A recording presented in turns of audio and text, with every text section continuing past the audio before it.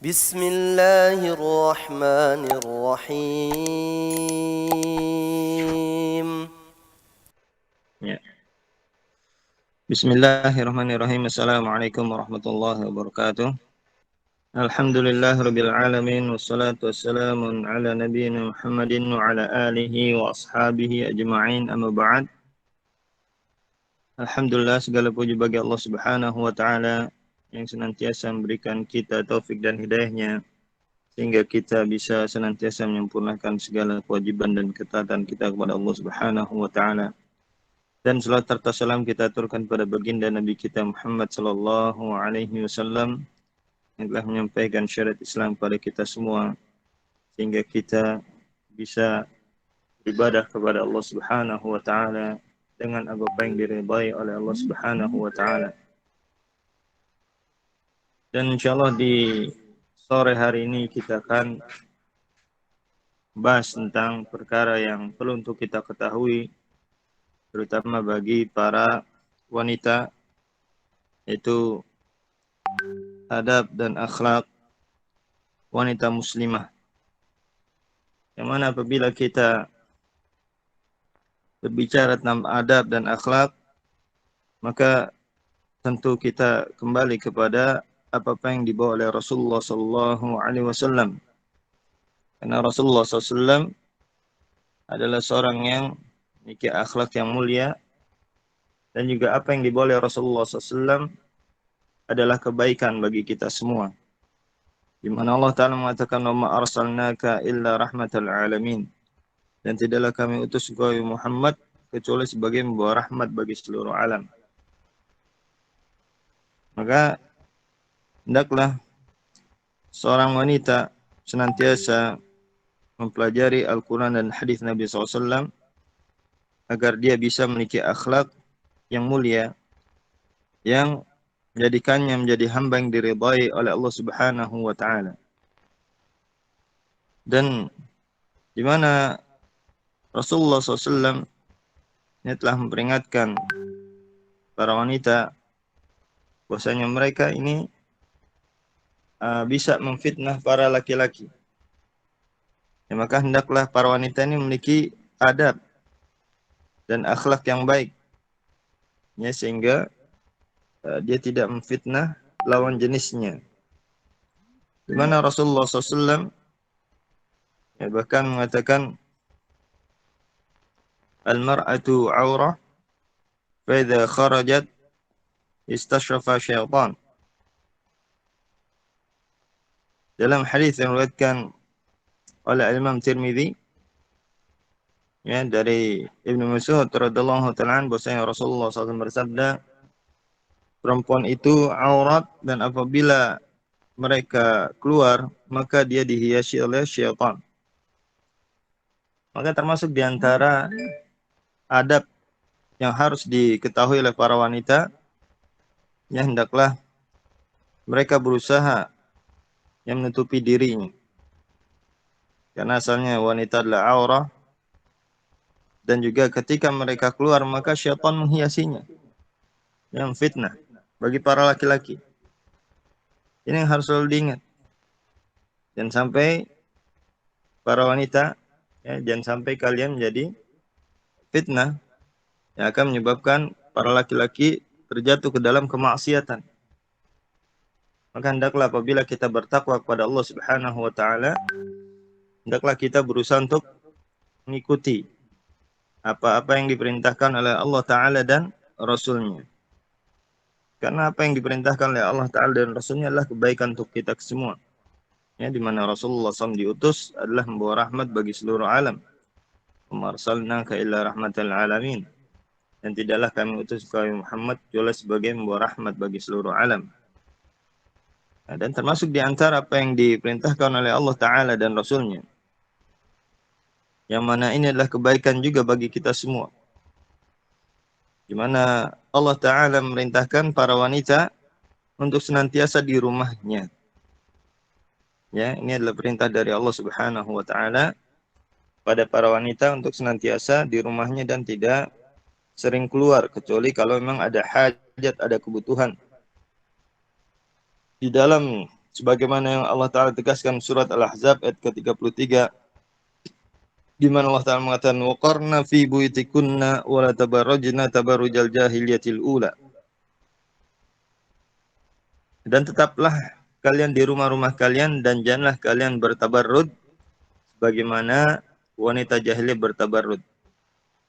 Ya, bersolek dan bermake up, dan juga di sini ditafsirkan di antara bentuk tabarrud ya adalah sebagaimana dikatakan oleh Mujahid. Qala Mujahid, kanatil mar'atu takhruju tamshi baina yadir rijal fadzalika tabarrujul jahiliyah. Kata Mujahid, dalam tafsir Ibnu Katsir disebutkan, dahulu para wanita jahiliyah keluar dan berjalan di tengah-tengah laki-laki. Maka yang demikian itulah tabarruj jahiliyah. Jadi adab di dalam Islam, ya wanita pertama secara asal itu tidak keluar rumah. Al-Hafidz Ibnu Katsir mengatakan dalam tafsirnya, tafsir Ibnu Katsir, waqarna fi buyutikunna, tetaplah di rumah kalian, ay ilzamna buyutakunna fala takhrujna li ghairi hajatin. Itu senantiasalah kalian di rumah dan jangan kalian keluar dari rumah kecuali karena ada hajat, karena memang ada kebutuhan yang mendesak ya, sehingga dia harus keluar. Kalau enggak, maka secara asal perempuan itu di rumahnya. Dan ini sebagaimana yang sudah saya katakan tadi, ini adalah syariat Allah Subhanahu wa taala, dan syariat Allah adalah kebaikan untuk kita semua. Karena Allah yang menciptakan kita, maka Allah yang paling tahu yang terbaik untuk kita. Ya, maka apabila kita ingin kebaikan di dunia dan juga di akhirat, maka hendaklah kita mengikuti apa yang diperintahkan oleh Allah Ta'ala dan Rasulnya Sallallahu Alaihi Wasallam.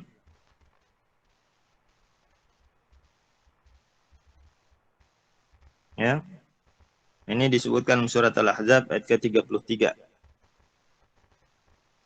Waqarna fi buyutikunna, tetaplah rumah-rumah kalian. Ya. Dan janganlah bertabarrud seperti tabarrud jahiliyatil ula. Ya, tabarrudnya wanita jahiliyah yang pertama.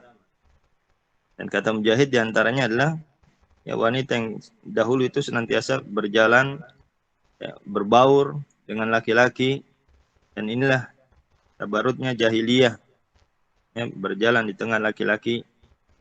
Karena termasuk di antara adab Islami, di mana wanita itu kalau keluar itu mereka itu tidak di tengah-tengah. Ya, mereka kalau keluar dan di jalan, mereka di pinggir jalannya. Ini sampai seperti itu, menjaganya fitnah wanita itu Islam Masya Allah ya, menjaga agar para wanita ini tidak memfitnah dan membuat kerusakan tengah-tengah kaum muslimin ya, karena memang asalnya mereka diciptakan ya dihias-hiasi oleh syaitan yang memfitnah para laki-laki. Maka kita ikuti adab-adab Islam bagi para wanita. Apabila berjalan maka jangan jalan di tengah-tengah. Ya, apabila memang perlu keluar maka jangan berjalan di tengah-tengah. Dan usahakan tidak bercampur baur dengan laki perempuan. Ya, menghindari bercampur dengan para laki-laki. Ya, diriwayatkan oleh Al-Imam Abu Daud di dalam kitab beliau dalam Sunan Abu Daud, Ba'uba Ali rahimahullah biqauli bab fi masyin nisa ma'a rijal fit tariq. Bab jalannya wanita ya di jalan bersama dengan laki-laki, bagaimana caranya ya? Dari Abu Sa'id Al-Ansari anhu sami Rasulullah sallallahu alaihi wasallam yaqul huwa kharijun minal masjid fakhtalata rijalun ma'an nisa fi at-tariq faqala Rasulullah sallallahu alaihi wasallam lin nisa istakhirna fa innahu laysa lakunna tahquqna at-tariqa. Istakhirna fa innahu laysa lakunna an tahquqna at-tariqa 'alaykunna bihafati at-tariq. Kata Abu Sa'id Al-Ansari meriwayatkan bahwa dia mendengar Rasulullah sabda ketika beliau keluar dari masjid, dapatinya laki-laki dan wanita bercampur baur di jalan. beliau bersabda kepada kaum wanita, menepilah kalian, ya, itu para wanita, karena kalian tidak layak berada di tengah-tengah jalan. Hendaklah kalian berada di tepi jalan. Maka seorang wanita menempelkan tubuhnya di dinding hingga bajunya menempel, karena saking rapatnya dia dengan dinding tersebut. Sampai seperti itu. Ya, dan ini adalah syariat Allah Subhanahu wa taala, yang mana syariat Allah adalah yang terbaik untuk kita. Kita kedepankan syariat Allah Subhanahu wa taala daripada hawa nafsu kita, perasaan kita. Ya, dan inilah adab Islami yang perlu untuk diketahui oleh para wanita. Ya, karena asalnya perempuan itu adalah aurat dan di rumah. Tidak sering-sering keluar. Ya, karena apa? Ketika dia keluar, maka dia akan dihiasi-hiasi oleh syaitan. Dengan Rasulullah SAW bersabda, al-mar'atu tuqbil fi surati syaitan wa tudbir fi surati syaitan. Perempuan itu dari depan itu dihiasi oleh syaitan dan dari belakang juga dihiasi oleh syaitan. Bahkan kalau lafaz hadisnya dari depan tuh ya fi surah dengan gambar syaitan, dan begitu juga dari belakangnya. Artinya dihiasi oleh syaitan. Sam fitnah baik dari depan ataupun dari belakang. Ya. Jadi makanya mungkin sebagian akhwat foto-foto dari belakang ini juga nggak boleh, haram. Fitnah, dari belakangnya juga fitnah perempuan itu. Ya, sebagian akhwat bermudah-mudahan selfie kan nggak apa-apa dari belakang. Nggak boleh dari belakang juga. Dari depan nggak boleh, dari belakang nggak boleh. Karena wanita adalah aurat. Yang bisa memfitnah para laki-laki. Ini harus diketahui dari adab wanita muslimah. Hendaklah dia memiliki rasa malu. Ya, dan menutupi dirinya dari pandangan laki-laki. Maka asalnya nggak boleh ya perempuan itu berkeliaran atau berjalan di jalan, ya, sering-sering kelihatan di jalan, ini asalnya nggak boleh. Kecuali kalau memang ada hajat, ada kebutuhan. Makanya Masya Allah kami di Yaman, ya, di Darul Hadith Dammat Yaman, ketika di sana itu nggak ada perempuan di jalan-jalan, tuh nggak ada. Yang jualan sayuran, yang beli sayuran, yang nenteng tomat, bawang merah, bawang putih, cabai, semuanya laki-laki. Yang jualnya, yang pembelinya, semuanya laki-laki, nggak ada perempuan. Masya Allah, jadi aman deh. Ya, di warung-warung, warung makan, sembako, semuanya nggak ada perempuan. Di jalan-jalan, di toko-toko nggak ada perempuan, semuanya laki-laki. Masya Allah, ini terjaga. Dan kalau ada pun mungkin 1, 2. Dan itu pun jalannya di pinggir. Jalannya di pinggir. Suatu hari pernah ada siang-siang hari ada perempuan, ya, kayak muter-muter gitu, rupanya orang Indonesia baru datang, nggak paham dengan keadaan di sana.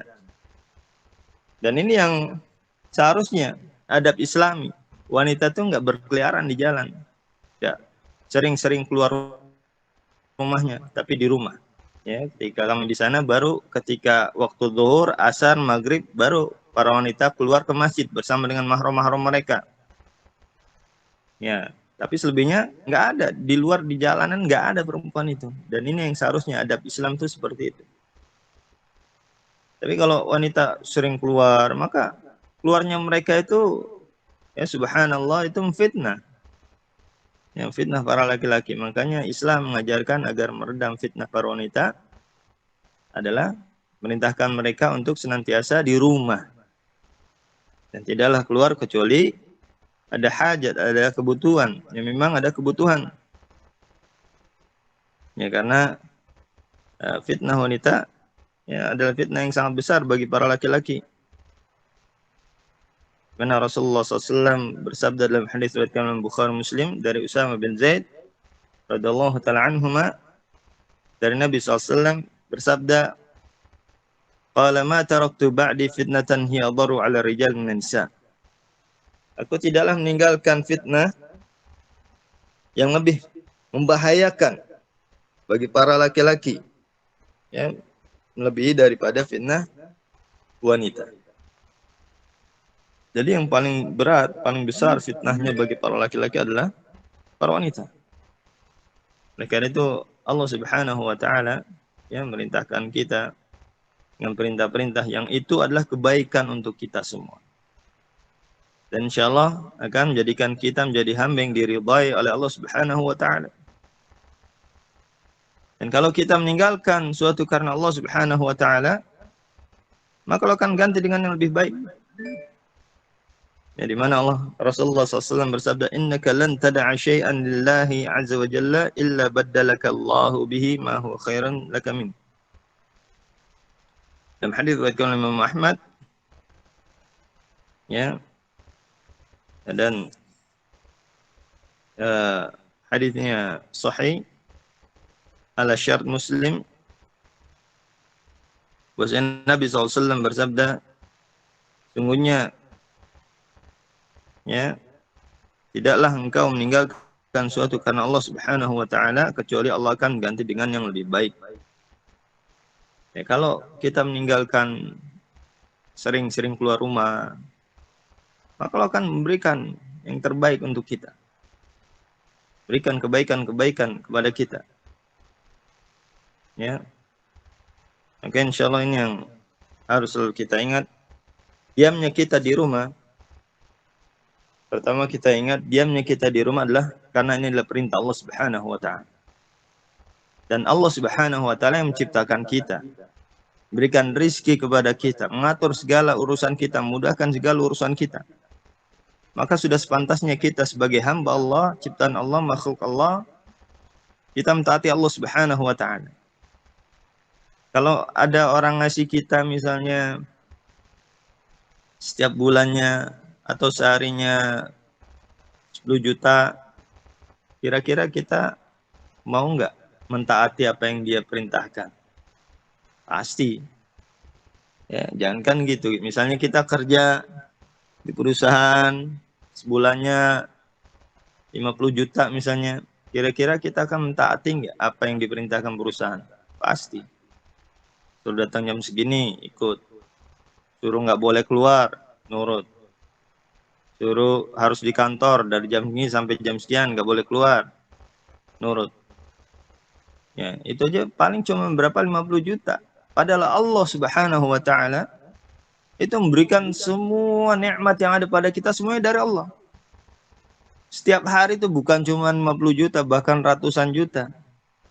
Kesehatan kita yang nggak kehitung ini, Masya Allah, nikmat dari Allah Subhanahu wa taala. Ya.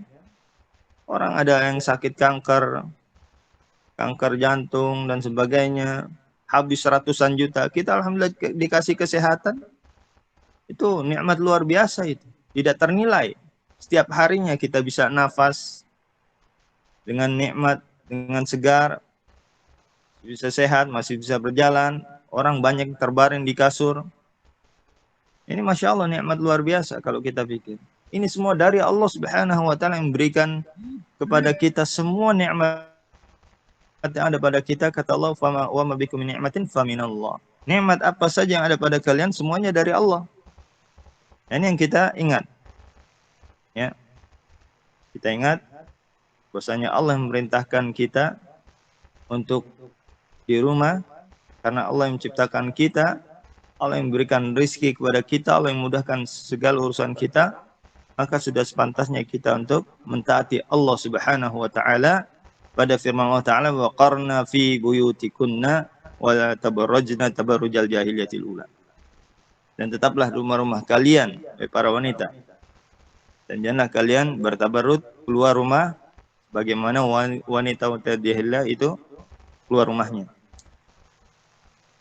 Dan kita ingat bahwasanya syarat Allah adalah kebaikan untuk kita dan rahmat bagi kita. Ya, di mana tadi Allah Taala saya sampaikan firman Allah Taala, wa ma arsalnaka illa rahmatan lil alamin. Dan tidaklah kami utus engkau Muhammad kecuali sebagai pembawa rahmat bagi seluruh alam. Termasuk yang dibawa oleh Rasulullah SAW adalah firman Allah Ta'ala surat Al-Ahzab ayat 33 ini, wa qarna fi buyutikunna, tetaplah rumah-rumah kalian. Ya. Maka ini yang terbaik untuk kita. Dan juga agar kita tidak jadi sebab kemaksiatan, sebab fitnah bagi para laki-laki.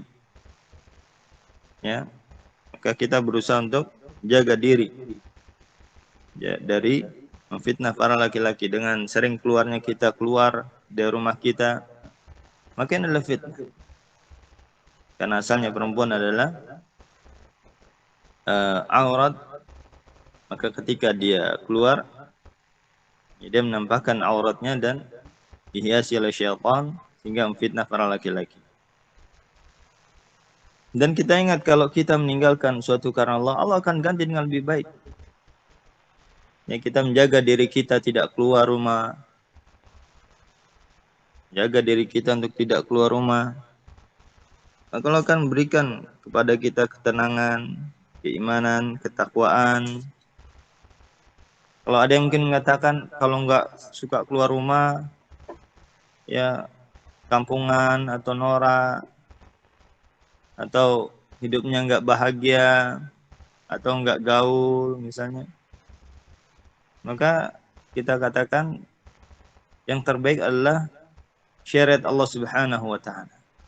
Kebahagiaan datang dari Allah Subhanahu wa taala. Ya, apabila kita meninggalkan suatu karena Allah, maka Allah akan berikan yang lebih baik. Kita meninggalkan tidak keluar rumah, kita tahan diri kita di rumah, ya Allah akan berikan kita kebahagiaan. Ya, atau ada yang mengatakan kalau nggak keluar rumah nanti nggak dapat jodoh.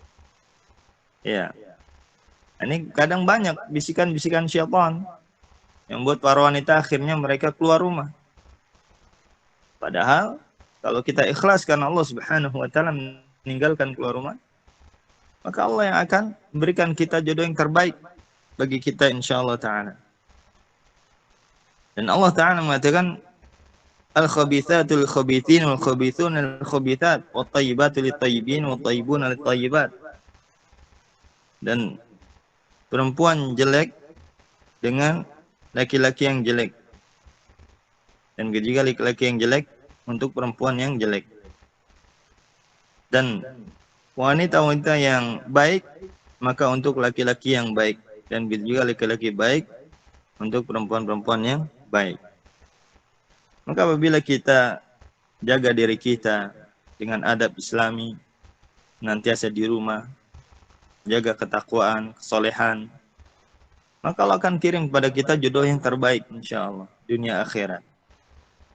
Ya, ini karena janji Allah Subhanahu wa taala apabila kita meninggalkan suatu karena Allah, meninggalkan kemaksiatan, meninggalkan keluar rumah karena Allah Subhanahu wa taala, maka jangan khawatir, Allah Subhanahu wa taala akan memberikan kita kebaikan-kebaikan. Kalau kita keluar rumah, ini syubhatnya para wanita, ya bisikan syaitan. Kan biar kita juga mungkin mudah mencari pasangan karena dilihat oleh laki-laki, kita bisa banyak kenal laki-laki, na'udzubillah. Ya, tapi laki-laki yang kayak gimana? Laki-laki yang senang melihat wanita, mempermainkan wanita, menyakiti wanita, na'udzubillah.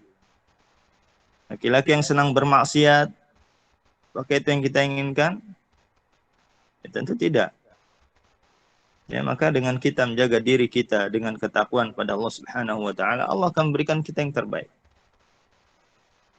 Ya, kita nggak usah takut dan khawatir. Kita di rumah terus, takut nggak laku dan sebagainya, na'udzubillah. Ya, jangan khawatir karena Allah Subhanahu wa taala akan memberikan kita yang terbaik. Allah Subhanahu wa taala telah menjanjikan apabila kita meninggalkan suatu karena Allah, Allah akan memberikan kita dengan yang lebih baik. Ya, adapun kalau kita senantiasa keluar rumah atau kita memang kadang sengaja untuk memfitnah laki-laki, cari laki-laki dengan cara yang tidak syar'i, dengan tabarrud, dengan bersolek, maka yang kita dapatkan ya laki-laki yang tidak baik. Laki-laki yang senang maksiat, laki-laki yang suka menyakiti wanita, laki-laki yang suka mempermainkan wanita, na'udzubillah. Jadi kalau kita jaga diri kita dengan ketakwaan, kesolehan, kita tidak keluar rumah, maka insyaallah Allah Subhanahu wa taala akan kirimkan bagi kita laki-laki yang saleh, yang bisa berikan kita kebahagiaan di dunia maupun di akhirat. Ya, maka ini yang harus diingat, bahwasanya wanita yang saleh senantiasa dia bertakwa kepada Allah Subhanahu wa taala dan menjaga dirinya. Jaga dirinya dari pandangan laki-laki. Ya, justru ini yang seharusnya dilakukan ya. Para wanita itu berusaha untuk menutupi dirinya, senantiasa di rumah dan tidak keluar dan tidak mengupload dirinya. Ya, ini yang subhanallah ya, sangat kita sayangkan para wanita yang sebagian juga mungkin sudah ngaji tapi masih suka mengupload, pengen eksis walaupun dari belakang, dari samping, atau diburamkan. Misalnya wanita itu nggak ditampakkan, nggak boleh ditampakkan wanita itu, karena fitnah dia, baik dari depan atau dari belakang. Ya, seharusnya kita itu menjaga diri. Bahkan kata Rasulullah SAW, ya, sholatnya perempuan khairu salatil mar'a fi baitiha, di rumahnya. Dan yang di kamarnya itu lebih baik. Semakin tertutup, maka dia semakin baik. Ya, maka wanita semakin dia menjaga dirinya, menutup dirinya dari pandangan laki-laki, maka dia semakin baik di sisi Allah, semakin dicintai Allah, ya, dan semakin diridhai oleh Allah Subhanahu wa taala. Dan apabila Allah Subhanahu wa taala sudah ridha, sudah cinta kepada kita, maka insyaallah Allah akan memberikan kepada kita kebahagiaan di dunia dan juga di akhirat. Ya, maka ini yang harus kita ingat, ya, hendaklah para wanita jaga dirinya dan senantiasa di rumah dan tidak keluar rumah, ya, karena mereka adalah aurat dan bisa memfitnah bagi para laki-laki. Jangan sampai kita nanti sebagai sebab, ya, ini diingat juga, jangan sampai kita menjadi sebab para laki-laki terjatuh dalam kemaksiatan. Nanti kita akan dapat dosanya juga kalau memang kita sengaja. Kalau memang kita sengaja memfitnah laki-laki, baik dengan mungkin wajah kita, ya, dengan mungkin minyak wangi kita, na'udzubillah, maka kita akan mendapatkan dosanya dari kemaksiatan yang terjadi ketika mereka melihat kita, ya, karena kita sengaja nampakkan diri kita, maka ya kita akan mendapatkan dosanya. Terlebih lagi Rasulullah SAW peringatkan dengan keras wanita yang memakai minyak wangi, di mana Rasulullah SAW mengatakan, ayyuma imra'atin kharajat ta'tarat, ya, liyajidu qaumun riha fa innaha zaniyah. Wanita mana saja yang dia keluar dan memakai minyak wangi, dan agar para laki-laki itu mencium baunya, maka persaksikanlah bahwasanya dia adalah penzina. Ya, wanita baik-baik tidak seperti itu. Ya, tidak memfitnah laki-laki, terlebih lagi dengan minyak wanginya. Bahkan Rasulullah SAW sampai dengan tegas seperti itu. Yang mengatakan fa innaha zaniyah, maka sungguhnya dia adalah penzina. Ya, yang senantiasa memfitnah laki-laki, baik dengan minyak wanginya atau dengan yang lainnya, ya, dengan parasnya, ya, memang berniat untuk memfitnah laki-laki dengan kecantikannya, maka ini bukan sifat ciri-ciri wanita yang salehah, yang senantiasa menggoda laki-laki seperti itu. Wanita yang salehah senantiasa menjaga dirinya, menjaga kecantikannya untuk laki-laki yang halal baginya, suaminya atau calon suaminya nanti. Ya, bukan untuk diumbar. Bukan untuk diumbar kepada seluruh laki-laki.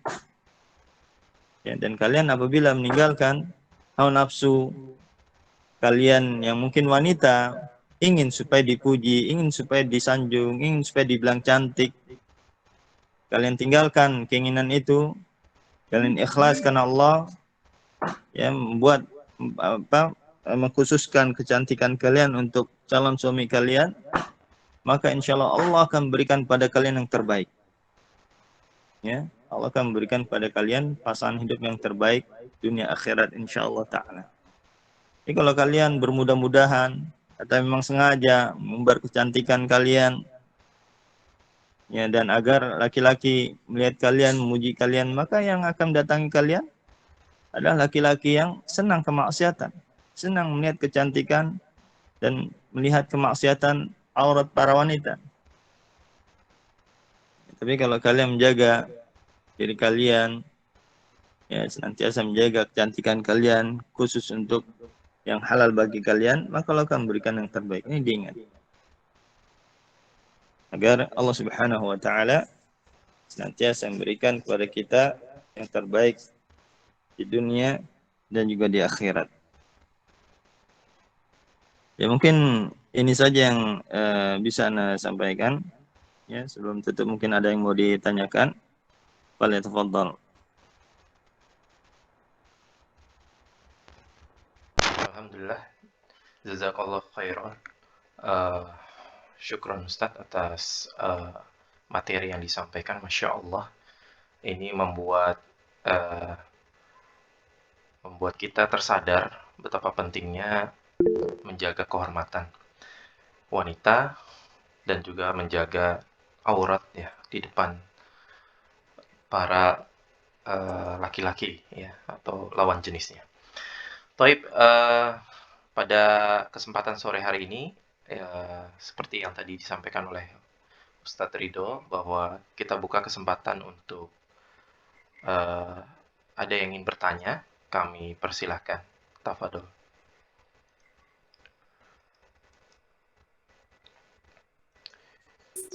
Bismillah, Assalamualaikum. Ana boleh bertanya, Ustaz? Ya, waalaikumsalam warahmatullahi wabarakatuh. Fadhali. Kalau wanita tersebut keluar untuk mengajar, tapi atas izin dan ridho suaminya, tapi dia keluar hanya untuk mengajar saja, gimana itu? Kenapa Afan nggak begitu kedengarannya? Bismillah. Jadi kalau misalnya si wanita tersebut keluar hanya untuk tujuannya mengajar di sekolah, ya Allah sekolahnya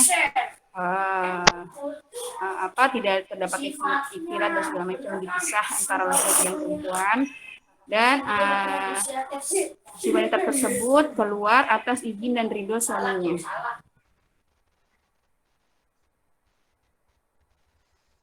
Ya. Bismillahirrahmanirrahim. Ya, wanita secara asal di rumah, ya seperti yang dijelaskan tadi. Ya, kecuali kalau memang ada hajat dan kebutuhan dan keperluan, maka dibolehkan baginya ya untuk keluar dari rumahnya. Ya, termasuk diantara mungkin ya apabila memang dia dibutuhkan untuk mengajar dan di tempat itu tidak terjadi ikhtilat, ya, dan setelah mengajar dia pulang ke rumah tidak berlama-lama, setelah kebutuhannya terselesaikan, hajatnya itu terpenuhi, maka dia kembali ke rumahnya, maka yang seperti ini insya Allah ya tidak mengapa. Nah, saja memang di sini yang perlu untuk diketahui ya, nah, jalannya dia dari rumahnya itu yang perlu untuk diketahui. Ya, kalau bisa diantar oleh suaminya atau mahramnya. Dan dia tidak naik motor sendiri.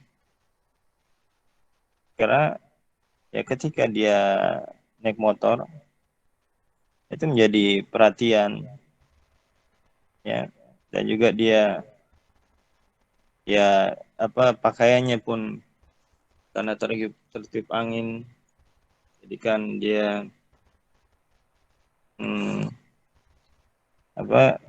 terlihat sebagian auratnya, karena aurat itu sebenarnya bukan cuman menutup badan, tapi lekukan tubuhnya itu yang harus ditutup. Ya, kalau cuma menutup badan saja seperti orang pakai baju renang atau baju penyelam itu kan ngepres semuanya, itu belum nutup aurat, itu baru nutup urat. Ya, kalau nutup aurat tuh lekukan tubuh, aurat tuh lekukan tubuhnya. Nah, ketika wanita naik kendaraan motor misalnya tertiup angin, maka kan terlihat lekuk tubuhnya. Nah, ini yang harus diperhatikan, jangan sampai terjadi kemaksiatan tersebut. Ya, kalau bisa diantar oleh suaminya, ini yang afdal. Ya, ini yang harus dilakukan agar tidak terjatuh dalam kemaksiatan. Ya, dia keluar, dia memfitnah laki-laki. Terlebih lagi kalau naik motor juga dia berjalan di tengah, nanti akan banyak ya penyelisihan terhadap syariat. Fattaqullaha masata'tum, bertakwalah kepada Allah di mana saja kalian berada. Dan kita sungguh-sungguh berusaha untuk mengamalkan syariat Allah Subhanahu wa taala. Jangan ada dalam hati kita susah, malas, na'udzubillah ya. Nanti malah Allah jauhkan kita dari kebenaran, dari hidayah. Falamma zaghu azaghallahu qulubahum. Ketika mereka berpaling, Allah palingkan hati mereka. Na'udzubillah. Jadi ketika ada syariat, ada firman Allah Ta'ala, ada perintah Allah Ta'ala, pertama yang kita ucapkan sami'na wa ta'na. Kalau kita belum bisa, istighfar. Astagfirullah ya Allah, saya belum bisa melaksanakan, ya Allah, saya ingin sekali melaksanakan, ya Allah berikanlah saya kekuatan ya untuk melaksanakannya. Minta sungguh-sungguh sama Allah. Ya, dan berusaha semaksimal mungkin untuk menghindarinya. Ya, berusaha semaksimal mungkin untuk menyempurnakan syariat Allah Subhanahu wa taala dalam kehidupan kita. Adapun kesalahan, kelalaian, kekurangan, Allah tahu. Kelemahan kita Allah tahu. Dan Allah juga tahu kalau kita berpura-pura tidak mau melaksanakan, Allah tahu juga. Isi hati kita Allah tahu semua. Kelemahan kita Allah tahu. Kesungguhan kita Allah tahu. Kalau kita sungguh-sungguh Allah tahu. Mana yang sungguh-sungguh ingin taat, mana yang tidak sungguh-sungguh ingin taat, Allah tahu semuanya. Ya, kita berusaha untuk melaksanakan perintah-perintah Allah Subhanahu wa taala seperti yang sudah Anda jelaskan ini. Mungkin sebagian merasa bagaimana dipraktekannya. Ya, kita di Indonesia tidak seperti itu. Nah, ini alasan-alasan ya. Bukan seperti itu sifat seorang mukmin. Innamal mu'minuna idza diperintahkan pada Allah dan Rasulnya ayaqulu sami'na wa ta'na. Mereka ucapkanlah sami'na, kami dengar dan kami taat. Innama kana qaulul mu'minina idza du'a ila Allah wa rasulihi liyahkum bainahum ayaqulu sami'na wa ta'na. Ya, bukan malah mencari-cari alasan. Oh, ini kan di Indonesia, ini kan begini, ini kan begini. Enggak, perintahnya Allah Subhanahu wa taala jelas dalam surat Al-Ahzab ayat 33. Tafsirnya pun jelas dari para ulama kita, para imam kita.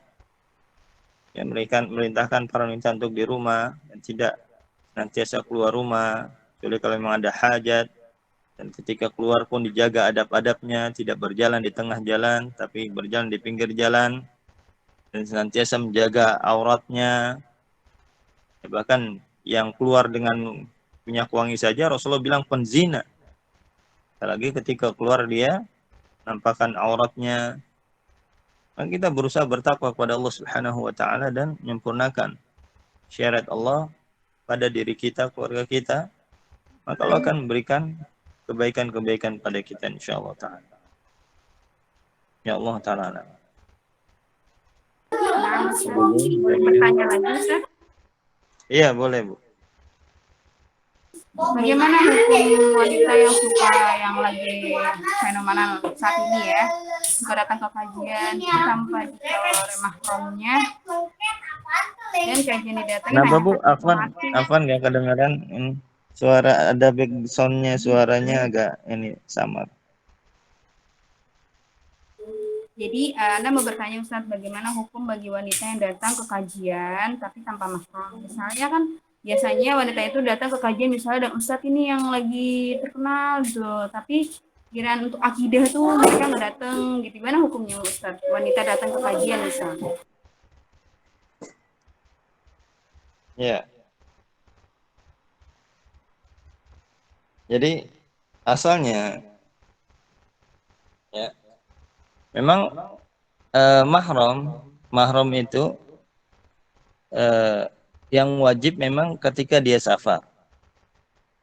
Ketika safar dan juga ketika walaupun tidak safar pun tetap harus pakai mahram. Kenapa? Karena apabila di situ memang dikhawatirkan ada fitnah. Ya. Bagaimana Rasulullah SAW diriwayatkan oleh Imam Bukhari ketika Safiyah datang menjenguk Rasulullah ketika Rasulullah itikaf. Kemudian ketika selesai Safiyah menjenguk Rasulullah dan ingin pulang, diantar sama Rasulullah SAW. Karena ketika itu malam hari. Malam hari dikhawatirkan fitnah. Ketika Safiyah pulang sendirian tidak diantar, maka khawatir akan terjadi fitnah, maka diantar sama Rasulullah SAW. Padahal Rasulullah ketika itu sedang itikaf. Kemudian di tengah jalan ada dua sahabat melewati Rasulullah dan Safiyah. Kemudian karena khawatir sahabat ini bicara buruk terhadap Rasulullah SAW, maka Rasulullah SAW mengatakan, ala rislikuma innaha Safiyah bintu Huyai. Pelan-pelan, wahai saudaraku, ya, ala rislikuma, sungguhnya dia ini Safiyah, istri saya, bukan wanita lain. Itu Rasulullah SAW di dalam hadis itu diriwayatkan mengantar, padahal nggak safar. Ya, rumahnya Safiyah dekat situ, istri Rasulullah SAW. Nah, begitu juga di Indonesia, di mana wanita ya dikhawatirkan dibegal, digoda dan yang lainnya, maka sebaiknya juga diantar oleh mahramnya ketika dia keluar. Dan ini yang afdal, yang seharusnya dilakukan. Ya, suaminya mengantar atau mahramnya mengantar. Ya, kalau memang dengan motor maka mengantar dengan motornya. Karena apabila dia keluar dengan ini juga, dengan motor bawa sendiri juga auratnya terlihat, tertiup angin dan sehingga membentuk auratnya. Tapi kalau di belakang dia lebih terjaga. Ya, lebih terjaga. Ya, maka lebih baik kalau memang dia tidak ada mahram yang mengantar, lebih baik dia kajian online. Kalau ini pribadi, jangan sampai dia ingin dapatkan kebaikan tapi juga dengan berbuat maksiat. Dia ingin mendapatkan ilmu, cari pahala tapi dengan berbuat maksiat caranya. Sedangkan dapatkan ilmu dan pahala bisa juga di rumahnya. Dengan cara online mendengarkan audio. Ya, bukan video atau YouTube. Karena anak pribadi mengharamkan dakwah dengan video. Karena ya ketika ustadz muncul di video, maka para akhwat bisa melihat. Padahal Allah Ta'ala mengatakan surat An-Nur ayat 33:1, wa qul lil mu'minati yaghdudna min absarihim wa yahfazna furujahun. Katakanlah kepada wanita beriman, hendaklah mereka menundukkan pandangan mereka dan melihara kemaluan mereka. Wanita juga nggak boleh ngeliatin, melototin laki-laki terus gitu, nggak boleh wanita. Sebagaimana laki-laki nggak boleh ngeliatin wanita terus, begitu juga wanita nggak boleh ya mantengin, melototin wanita laki-laki yang bukan mahramnya. Dan ustadz bukan mahramnya dia. Ya, kalau alasannya ini kan ada kebaikan. Ini kan untuk kebaikan ilmu. Ya, kita katakan nggak bisa kita beralasan untuk kebaikan tapi kita berbuat maksiat. Kalau begitu kenapa kita nggak dakwah dengan musik aja? Ya, dakwah dengan musik akan banyak manfaatnya, akan banyak yang datang. Ya. Tapi kita tidak berdakwah dengan musik karena apa? Karena untuk melakukan kebaikan, melakukan amal soleh, harus sesuai dengan tuntunan Rasulullah SAW. Kita tahu syarat ibadah, ikhlas dan ittiba, al-mutaba'ah. Kalau caranya tidak sesuai dengan tuntunan Rasulullah SAW, ibadahnya tertolak. Kalau caranya ibadahnya menyelisihi syariat Allah, ya dengan melihat laki-laki bukan mahramnya, dengan bermaksiat pada Allah Subhanahu wa taala, melanggar firman Allah surat An-Nur ayat 31, maka tertolak dan bahkan tidak berkah nanti ilmunya. Ya, maka dijaga. Jika mendengarkan kajian pun tidak melihat langsung, tidak melihat YouTube dan sebagainya, tapi dengarkan audionya saja. Jadi kan mungkin ingin melihat ada kajian di YouTube, jangan dilihat. Jangan dilihat. Cukup didengarkan saja suaranya. Ya, dalam masalahnya ada khilaf, tapi yang kuat ya menurut ana insyaallah adalah tidak boleh atau tidak berdakwah dengan video. Ya, adapun wanita yang nggak boleh melihat laki-laki yang bukan mahramnya. Ya, maka al-ahsan kalau memang dia tidak memiliki mahram untuk mengantarnya ke kajian, ya, dan kajian di sini juga yang seharusnya yang tidak menampakkan ustadznya, ya, maka lebih ahsan dia mendengarkan di rumah. Ya, karena jangan sampai dia ingin melakukan ibadah tapi dengan bermaksiat kepada Allah. Nggak bisa kita mau melakukan ibadah tapi dengan maksiat. Ya, kan tanpa melihat ustadznya pun bisa. Kita ingin ngambil ilmunya atau mau lihat ustadznya? Nah, itu yang jadi pertanyaan. Kalau kita nggak enak, Ustaz, kalau nggak ngeliat ustadznya misalnya. Loh, ini mau ngambil ilmunya apa mau ngeliat ustadznya? Ya. Kalau memang kita ingin diberkahi Allah, ya berusaha untuk menjalankan syariat Allah.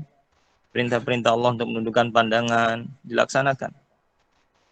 Ya, dan juga larangan Allah ditinggalkan. Maka Allah akan memberikan keberkahan pada ilmu kita insyaallah ta'ala. Allah ta'ala.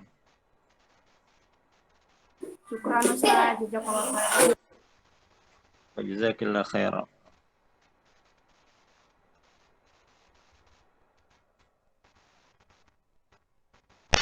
Baik. Alhamdulillah. Apakah ada yang ingin bertanya? Silakan. Ada lagi yang ingin bertanya?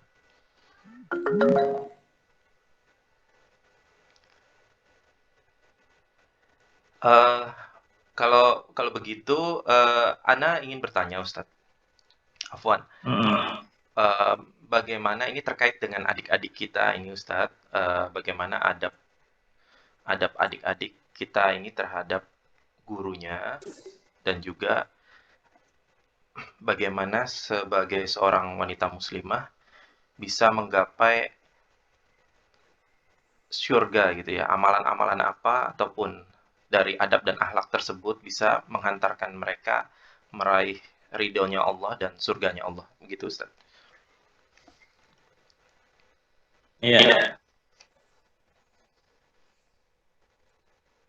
Ya, pertama secara umum apabila kita ingin mendapatkan surga Allah, mendapatkan keridhaan Allah Subhanahu wa taala, berusaha untuk menjalankan segala perintahnya dan meninggalkan larangannya. Dan berusaha untuk taati Allah Subhanahu wa taala dan menjalankan syariat Allah Subhanahu wa taala di dalam kehidupan kita. Maka insyaallah apabila kita berusaha untuk taat pada Allah, ya, dan berusaha untuk jalankan perintah Allah, meninggalkan larangan Allah, maka Allah Subhanahu wa taala akan masukkan kita dalam surga dan akan meridhai kita. Dan tentunya apabila kita ingin benar-benar menyempurnakan ibadah kita, ketaatan kita kepada Allah Subhanahu wa taala, ya tentunya dengan ilmu, yang mempelajari Al-Quran dan hadis Nabi SAW. Karena bagaimana kita bisa mengetahui perintah Allah dan larangan Allah kalau tidak dengan mempelajari Al-Quran dan hadis Nabi SAW. Oleh karena itu Rasulullah SAW bersabda dalam hadis diriwayatkan oleh Al-Imam Muslim dan juga Al-Imam Tirmidzi. Rasulullah bersabda, "Man salaka tariqan yaltamisu fihi ilman, sahalallahu lahu bihi tariqan lil jannah." Barang siapa yang menempuh suatu jalan untuk menuntut ilmu, maka Allah akan memudahkan baginya jalan untuk menuju surga. Ya, maka untuk masuk surga perlu dengan ilmu agama, pelajari Al-Quran dan hadis Nabi SAW. Biar kita bisa mengetahui perintah Allah sehingga kita bisa melaksanakannya. Biar kita bisa mengetahui larangan Allah sehingga kita bisa meninggalkannya. Kalau tidak dengan ilmu, banyak perintah-perintah Allah yang kita tinggalkan dan banyak larangan-larangan Allah yang kita langgar. Contohnya misalnya ghibah. Yang mana ghibah dosa besar. Allah Ta'ala mengatakan surat Al-Hujurat ayat 12, "Wala yaktab ba'dukum ba'dha ayuhibbu ahadukum an yakula lahmi akhi maitan fakarihtumuh." Dan janganlah kalian saling menggibah satu sama lain, apakah kalian ingin makan bangkai daging saudara kalian yang telah mati? Kata Imam Qurtubi, la khilaf anal ghibata minal kabair. Tidak ada khilaf bahwa ghibah termasuk dari dosa besar.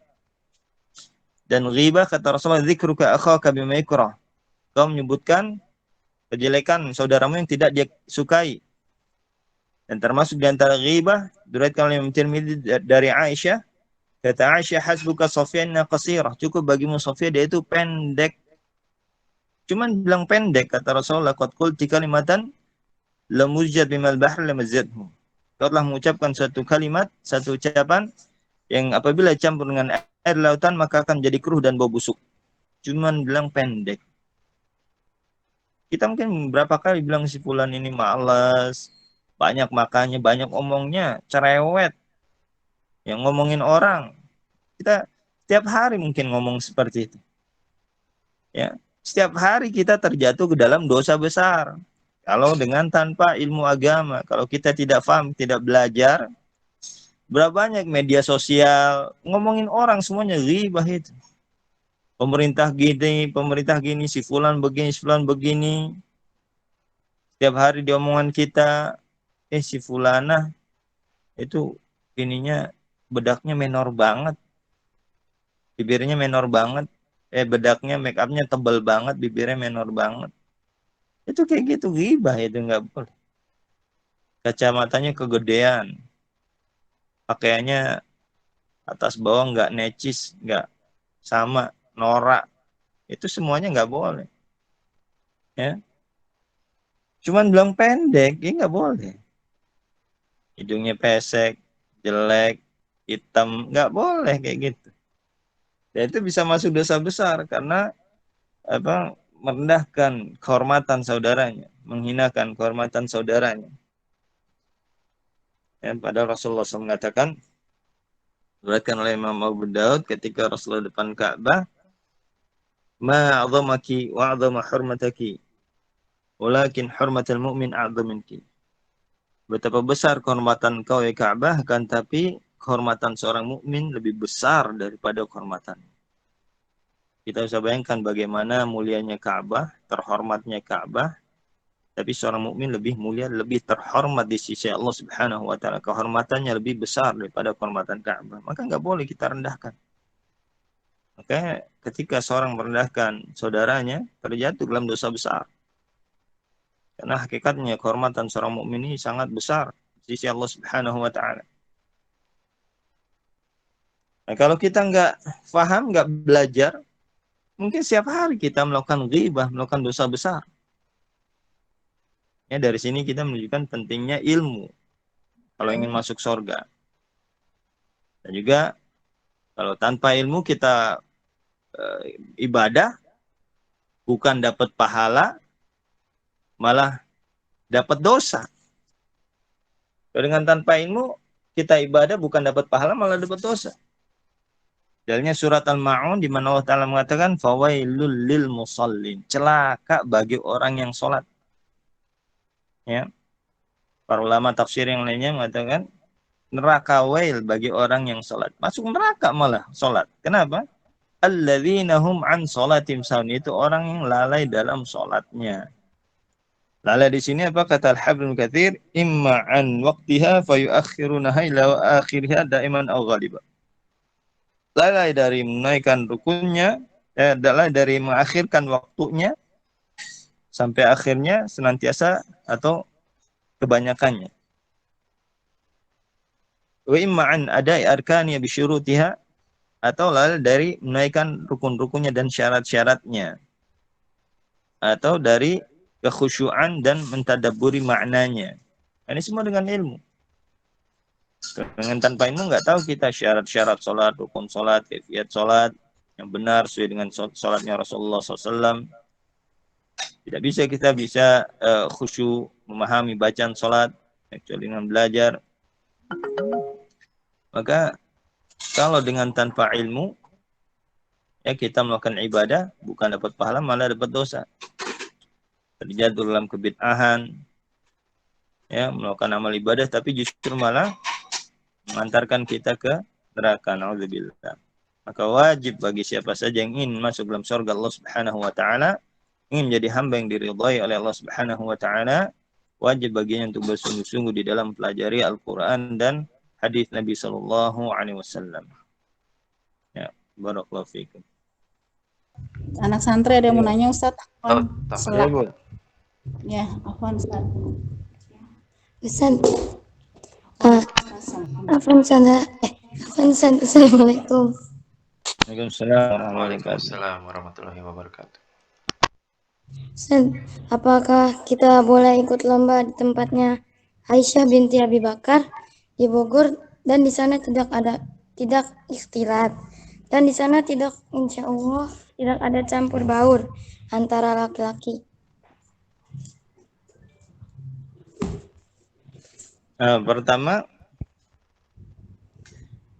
Pertama dari sini ke sananya naik apa? Naik mobil, Ustaz. Naik mobil sama siapa? Sama mahramnya enggak?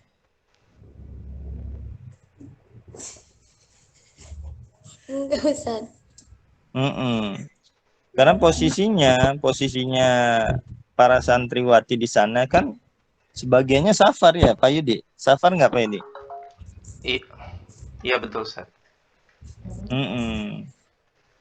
Nah, ketika dia safar, ya ini asalnya ya ininya ya hukumnya dia diantar asalnya. Jadi dari rumah ke sini ke pondok itu diantar, dan ketika di pondok dia tidak keluar karena posisinya dia dalam keadaan safar, jadi tidak keluar sendirian, keluar beli apa. Kalau bisa ini kan keperluannya dibantu, dipenuhi. Mungkin ada titip, kalau mau keluar perlu apa ditulis, dicatat, nanti diberikan keluar gitu. Jadi santriwati ini yang dia tidak keluar dari pondok gitu. Kok selama ini gimana, Pak? Yang selama ini? Alhamdulillah Ustaz, selama ini seperti yang antum sampaikan, jadi untuk kebutuhan santri kita cukupkan dari panitia gitu Ustaz. Jadi santri memang semua di tempat, tidak keluar ya. Seperti itu. Iya, itu dia seperti itu. Alhamdulillah, Masya Allah. Ya. Jadi karena terlebih lagi perempuan yang sudah tadi Anda jelaskan, ya asalnya di dalam rumah, tidak keluar. Jadi kalau ada yang hajat yang memang harus dia lakukan, ya. Tapi kalau bisa diwakilkan, seperti tadi beli sampo, beli sabun atau kebutuhan yang lainnya, bisa diwakilkan, diberikan orang lain, titip, maka ini yang seharusnya dilakukan. Dan kalau sakit, kalau bisa mahramnya nanti dipanggil untuk mengantar rumah sakit. Kalau memang tidak bisa juga dan parah, baru darurat mungkin diantar sama siapa, tapi bertiga, jangan keluar, jangan dengan laki-laki kholat berdua. Laki-laki ini kayak misalnya antum Faidi dengan istri antum ngantar santriwati. Ini kalau memang darurat. Tapi asalnya mahramnya dulu, walinya yang dipanggil untuk mengantar. Tapi kalau memang tidak bisa dan memang harus darurat, ya maka dibolehkan darurat. Ad-darurat tubihul mahdhurat. Ada kaidah ushul fikih, perkara darurat, keadaan darurat itu membolehkan yang seharusnya tidak boleh. Ya. Nah, maka kalau ke Bogor ini kalau pertama nih dari sisi perjalanannya, asalnya harus dengan mahramnya dipanggil, mahramnya untuk mengantar ke Bogor. Ya, kalau enggak ya tidak bisa karena itu masuknya para santriwati ini safar. Jika mereka nggak bisa mereka ke sana dengan tanpa mahramnya. Yang kedua, di sana perlombaannya gimana juga, kita nggak tahu apakah dengan di video ataukah dengan seperti apa, kita nggak tahu. Ya kalau di video nggak boleh juga. Perempuan kan tadi sudah kita jelaskan asalnya tertutup, nggak boleh ditampilkan perempuan itu, wanita itu aurat tertutup, mau dari depan, dari belakang, dari samping, itu nggak boleh ditampilkan di layar televisi, layar kaca itu nggak boleh perempuan. Nggak diekspos, perempuan tuh nggak boleh diekspos dia, ya. Jadi dari sisi di sananya pun lombanya seperti apa kita nggak tahu, kan ada lomba online juga, onlinenya bagaimana? Karena sebagian yang tidak paham, onlinenya harus dengan video, harus lepas cadar, ya. Makanya seperti ini nggak boleh, ya, kita ikut serta, ya. Oh talam. Jadi menurut Ana sebaiknya tidak usah, ya. Dan ikhlas saja kita belajar menghafal karena Allah. Maka Allah akan berikan kita banyak kebaikan-kebaikan. Kemudian kalau kita tinggalkan perlombaan itu, ikhlas karena Allah, mengharapkan keridhaan Allah, karena ada kemaksiatan padanya, maka Allah akan ganti kita dengan lebih baik, insyaallah. Ya Allah Ta'ala. Apa Ustadz? Ada yang mau bertanya lagi Ustadz? Iya Bu.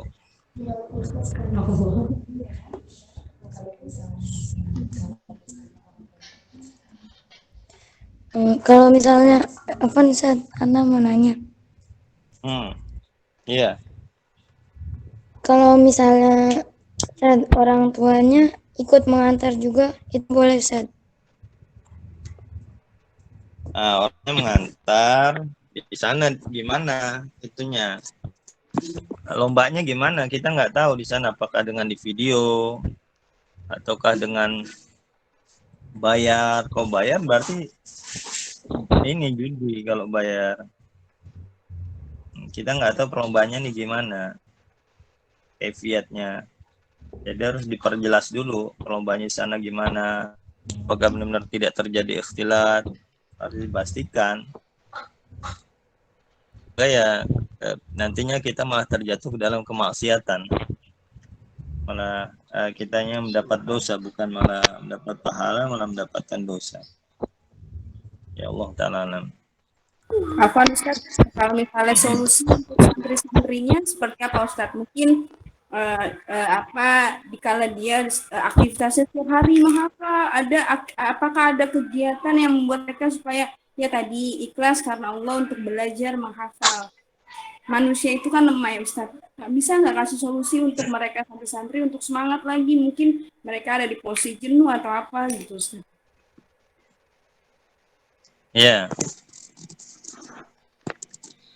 Ya dibuatkan ini Bu, kegiatan-kegiatan di dalam rumah. Seperti mungkin belajar memasak atau menjahit, ya. Diajarkan mereka, ini juga baik untuk mereka nanti ke depannya, mereka punya keterampilan-keterampilan yang dilakukan di dalam rumah. Gitu. Jadi dan dibiasakan, dan itu insya Allah akan menjadi kebiasaan. Insya Allah ini juga insya Allah kalau terbiasa lama-lama, insya Allah dia akan mencintainya dan tidak ada masalah gitu, dan malah senang berada di dalam itu, tidak keluar. Kalau memang dia berusaha membiasakan, ikhlaskan Allah, maka Allah akan memberikan kebaikan, kesenangan ya di dalam rumahnya. Ya paling dibuatkan kegiatan-kegiatan yang memang di dalam rumah. Ya. Sama seperti kita di sini juga, bahkan olahraga itu di dalam kita ini kan, olahraganya di dalam, tidak keluar dari sekolah. Karena takutnya kita nanti ngajarin jogging, dia keluar rumah. Nah, itu kita takutnya malah dapat dosa jariahnya nanti. Jika kita ngajarin dia keluar, ya ini pertama milisi perintah Allah Ta'ala yang merintahkan wanita untuk di rumah. Nanti kita malah dapat dosanya setiap kali dia keluar rumah untuk jogging, olahraga, ya kita juga kan dapatkan dosanya, na'udzubillah, karena kita pernah membiasakan mereka, mengajar mereka untuk olahraga keluar rumah. Ya paling solusinya itu dibuatkan, dicarikan kesibukan-kesibukan yang dalam rumah, ya. Kalau memang itu mungkin bisa diantaranya dengan latihan masak atau jahit atau apalagi yang bisa dilakukan di dalam rumah. Cari kesibukan-kesibukan yang memang dilakukan di dalam rumah. Allah ta'ala alam. Benar Ustaz, jazakallah khairan. Wa jazakumullahu khairan. Satu pertanyaan lagi boleh Ustadz Afwan? Ya Bu, tafadhali. Kalau misalnya Fulana mengajar ngaji di rumah, tapi banyak ngejar Ikhwan dan Akhwat. Ikhwannya dia malam. Qadarullah memang tidak ada yang mengajar di lingkungan tersebut. Tujuannya hanya untuk mengajar saja, mengajarkan mereka ngaji sambil mendakwahkan dakwah sunnah ini. Tidak ada diantaranya juga ada anak kecil tapi laki-laki dan dia di dalam rumah tersebut ada anak laki-lakinya gitu. Gimana hukumnya Ustadz? Maksudnya detailnya gimana ininya? Jadi dia ngajar di rumahnya atau di rumah orang lain? Ngajar di rumahnya tapi anak-anak ngaji itu Ikhwan dan Akhwat. Kalau yang Ikhwannya gimana hukumnya? Tapi dia di dalam rumah gitu, nggak kemana-mana, di rumah saja. Oh, akhwatnya ngajar di rumah, tapi ikhwan datang. Ikhwannya umur berapa, Bu? Ikhwannya paling kecil ada yang 4 tahun, 5 tahun, tapi paling besar tapi dia bernikop, bercadar gitu, menjaga jarak. Maksudnya tidak tapi anak juga takut ikhtilat juga karena cuma satu sih yang SMP sih. SMP 1 kelas 5.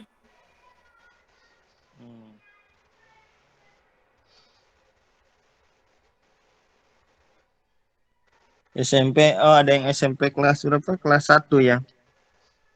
Nah, Ustaz. Ya terimanya yang kecil-kecil aja, Bu. Yang besar dicarikan ikhwan. Kalau sudah SMP itu ya sebaiknya dicarikan ikhwan yang ngajar gitu. Kalau Tapi masih kan kecil, ya jadi qadarullah kan mereka ngaji di tempat tersebut karena memang kalau ngaji di tempat lain berbayar. Kalau di sini kan dia nggak berbayar. Dan sebagai si Fulana tersebut cuma sambil ngajar terus sambil mendakwakan gitu. Dia tetap mendakwakan sunnah tuh kayak apa gitu, ada terselubung untuk memperbaiki akidah mereka, tapi yang diragukan adalah ada si anak SMP tersebut gitu. Ya itu, jadi ada kaidah usul fikih darul mafasid muqaddam al jalbil masalih. Menolak kemudaratan, menghindari kemudaratan lebih dikedepankan daripada menggapai maslahat. Ya, untuk menghindari fitnah ini lebih dikedepankan ya daripada kita mendapatkan pahala dakwah kebaikan. Ya, jangan sampai kita seperti lilin ingin menerangi orang lain tapi membakar diri sendiri bermaksiat kepada Allah Subhanahu wa taala. Ya, maka yang utama adalah menghindari kemudaratan, kemaksiatan terlebih dahulu daripada untuk menggapai maslahat. Ya, jadi kita pending, kita hilangkan, kita tidak lakukan menggapai maslahat tersebut demi untuk menghindari kemudaratan, ya, kemaksiatan. Karena ada kaidah usul fikih darul mafasid muqaddam al jalmi masalih. Menolak kemudaratan lebih dikedepankan daripada menggapai maslahat. Jadi kita berusaha dakwah sesuai syariat Allah Subhanahu wa taala.